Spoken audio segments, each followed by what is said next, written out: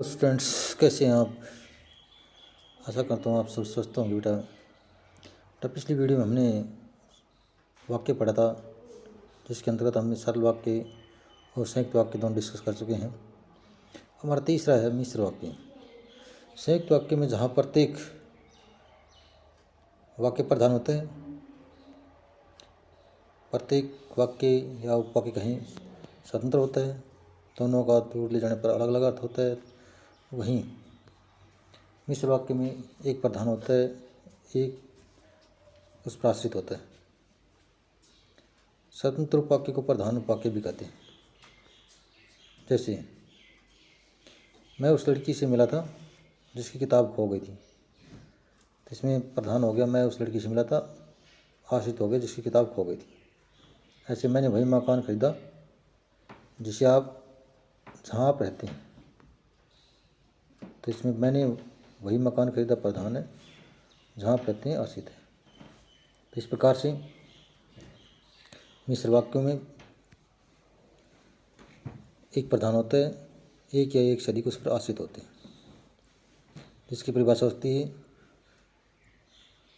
जिस वाक्य में एक प्रधान हो, एक या एक से अधिक आश्रित हो, उसे मिश्र वाक्य कहते हैं। मिश्र उपवाक्य में प्राय कि जो,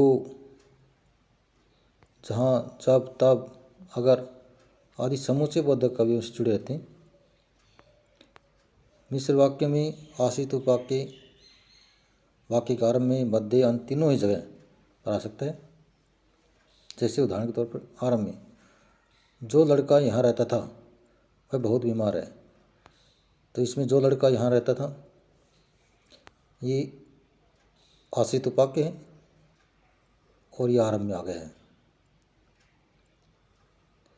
वह बहुत बीमार है, ये प्रधान उपवाक्य है। इसी प्रकार से बीच में देखिए, वह लड़का जो कल यहाँ आया था बहुत बीमार है। वह लड़का प्रधान उपवाक्य का अंग है, बहुत बीमार प्रधान वाक्य का बचा हुआ भाग है, जो कल यहाँ आया था आश्रित उपवाक्य। अंत में देखिए, वह लड़का बहुत बीमार है, जो कल यहाँ आया था प्रधान उपवाक्य स्टार्ट में, आश्रित उपवाक्य जो कल यहाँ आया था बाद में। तो इस प्रकार आश्रित उपवाक्य वाक्य के आरंभ में, मध्य में, अंत में कहीं भी आ सकता है। आश्रित उपवाक्यों के भेद पर भेद होते हैं।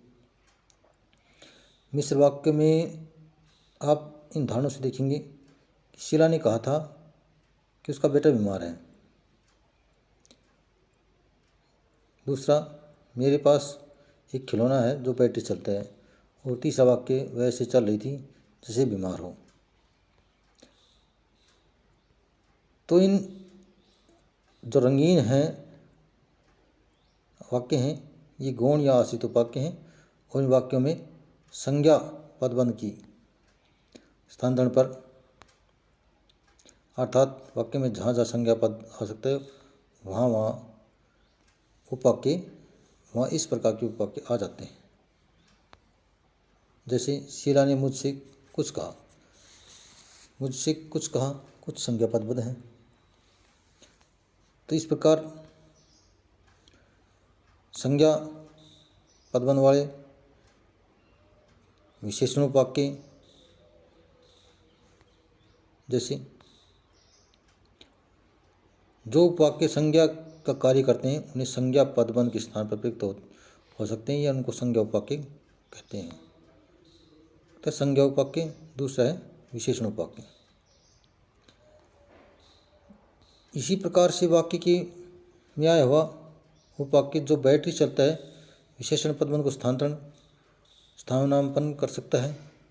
तो इस प्रकार के वाक्यों को, मेरे पास बैटरी से चलने वाला खिलौना है, तो बैटरी चलने वाला विशेषण पदबंध है, और इस प्रकार के वाक्यों को विशेषण उपवाक्य कहते हैं। जो उपवाक्य प्रयुक्त संज्ञा पद की विशेषता बताते हैं उन्हें तो विशेषण उपवाक्य कहते हैं। मेरे कमरे में एक बहुत पुरानी घड़ी है, एक बहुत पुरानी विशेषण पदबंध है।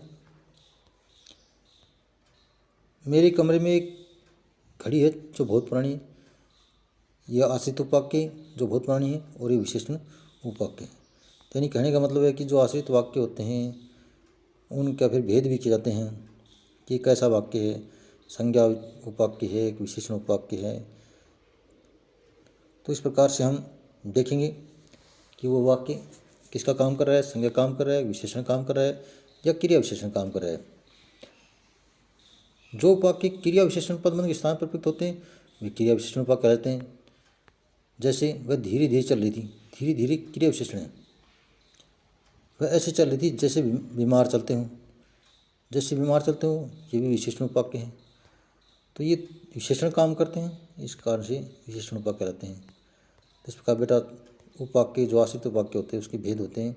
पहला संज्ञा उपवाक्य, दूसरा विशेषण उपवाक्य, तीसरा क्रिया विशेषण उपवाक्य। संज्ञा उपवाक्य समझ गए होंगे आप कि संज्ञा उपवाक्य में संज्ञा पदबंध का काम करते हैं।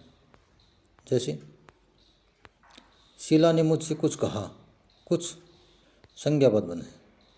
शीला ने मुझसे एक बात की, बात संज्ञा पदबंध है। तो इस प्रकार के आश्रित वाक्य संज्ञा उपवाक्य कहलाते हैं। इसी प्रकार से हमने देखा विशेषण वाले कि मेरे पास बैटरी चलने वाला खिलौना है, इसमें बैटरी चलने वाला विशेषण कार्य करता है। इस कारण से ये विशेषणों का पदबंध बन गया है। सारे बैटरी से चलने वाला तीनों पद हैं और तीनों पद एक ही काम करते विशेषण का, तो विशेषण पद बन गया है। और यहाँ पर इस वाक्य में वो विशेषण उपवाक्य बन के आए हैं।